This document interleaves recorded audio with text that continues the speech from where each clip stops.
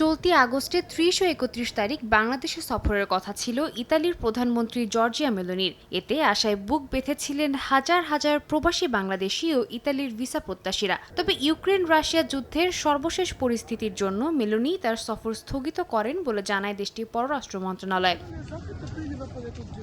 এতে হতাশ দেশটিতে বসবাসরত হাজার হাজার প্রবাসী বাংলাদেশি। হতাশার অন্যতম কারণ, ইতালিতে বর্তমানে প্রায় ৪৫,০০০ বাংলাদেশি অবৈধভাবে বসবাস করছেন। অন্যদিকে স্পন্সর ভিসায় ইতালি যাওয়ার জন্য বাংলাদেশের ইতালি দূতাবাসে প্রায় ২০,০০০ ভিসার আবেদন নিষ্পত্তির অপেক্ষায় আছে দীর্ঘদিন। ঢাকায় প্রধান উপদেষ্টা ডক্টর মোহাম্মদ ইউনূস ও ইতালির প্রধানমন্ত্রী জর্জিয়া মেলোনির আলোচনায় বিষয়গুলো গুরুত্ব পাবে বলে আশা করেছিলেন ইতালি প্রবাসীরা।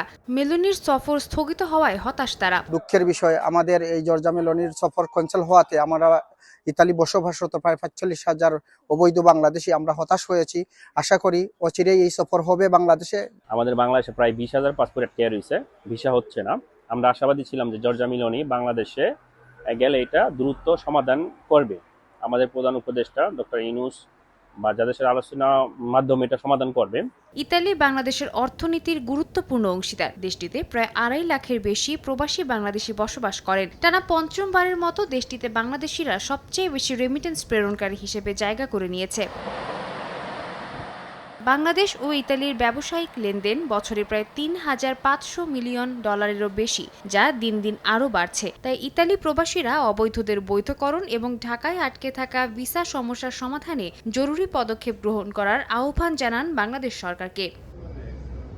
সময় সংবাদ, ইতালি।